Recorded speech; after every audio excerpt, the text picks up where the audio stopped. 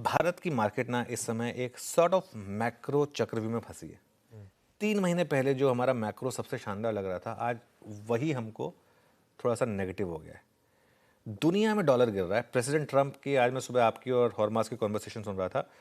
President Trump चाहते हैं कि डी डॉलराइजेशन हो और डॉलर गिरता रहे बेसिकली, ताकि उनकी इकोनॉमी जो है ना वो और स्ट्रांग हो जाए, उनका डेफिसिट गिरे, उनका एक्सपोर्ट बढ़ जाए। ये सब यूएस जैसी कंट्री ये अफोर्ड कर सकता है, हमारी जैसी कंट्री ये अफोर्ड नहीं कर सकती है। इस चीज़ को हमको समझना होगा। At some point of time ये जो एक भेड़ चाल है कि बस अपनी करेंसी को इतना वीक कर दो कि उसके बाद हम कंपिटेटिव हो जाएं, वो कहीं ना कहीं आपको हर्ट करेगी। ये बात आई थिंक समझने की ज़रूरत है, इस समय सबको समझने की ज़रूरत है।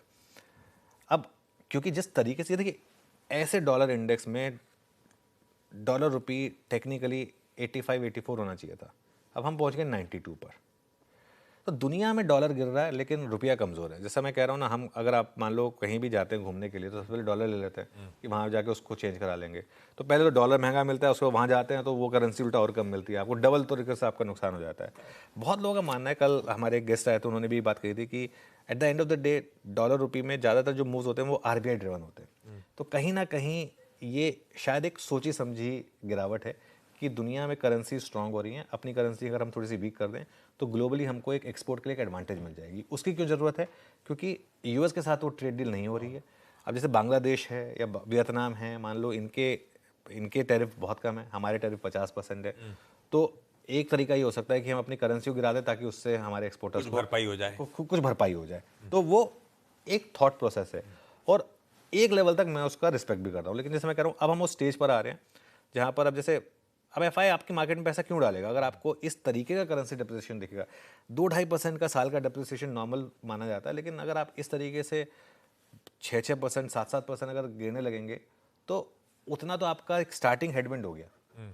तो ये मैक्रो हेडविंड आ गई है आपके लिए सामने। अब एक और तकलीफ क्या है?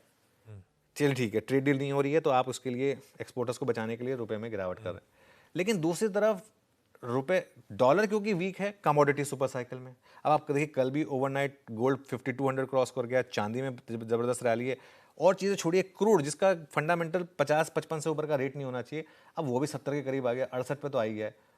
हो सकता है कि ये 70-72 पे पहुंच जाए।